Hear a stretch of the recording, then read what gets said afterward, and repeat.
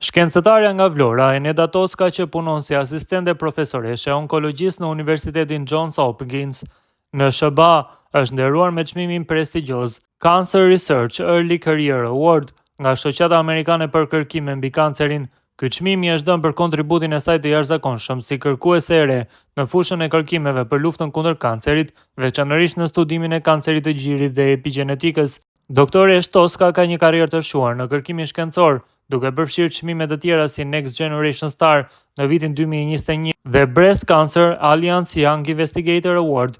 Ajo ka themeluar laboratorin e saj kërkimor në Johns Hopkins, ku fokusohet në studimin e mekanizmave epigjenetik dhe përgjigjeve terapeutike në kanceret e dedikuara nga hormonet. Ky çmim është një njohje e rëndësishme për punën e saj dhe një shembull frymëzues për komunitetin shkencor shqiptar dhe më gjerë. 2 vjet më parë, profesoresha Eneda Toska dha intervistën e parë në mediat shqiptare, ku tregoi rrugëtimin e saj nga Vlora për në New York për të bërë shkencëtare, ndonse nuk donte të ikte nga Vlora sepse si adoleshente jetën e kishte krijuar në qytetin e zemrës.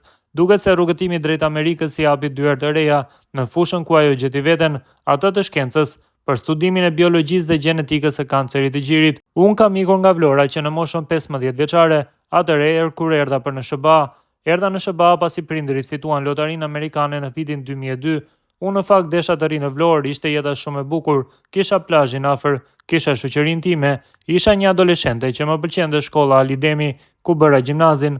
Unë nuk desha të ikej nga Vlora, por prindrit deshën një të ardhme më të mirë për ne.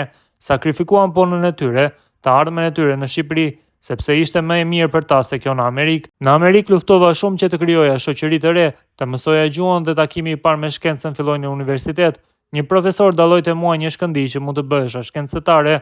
Pas punimeve, projekteve në universitet, vazhdova dhe doktoraturën për biologji, gjenetik dhe për kancerin. Për kancerin sepse është temë sensitive për të gjithë ne. Prindërit sakrifikuan shumë për mua.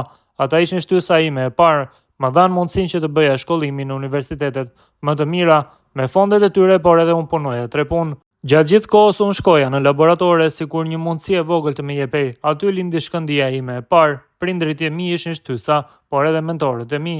Unë jam asistent profesore onkologjist tek Universiteti Johns Hopkins, shkolla e mjekësisë ku jam shkencëtare dhe investigatore në laboratorin tim, ku trajnoj një grup shkencëtarësh që studiojnë biologjinë dhe gjenetikën e kancerit të gjirit, me qëllim që të zbulojnë kura të reja që mund të përmirësojnë e zgjasin jetën e pacientëve me këtë tumor.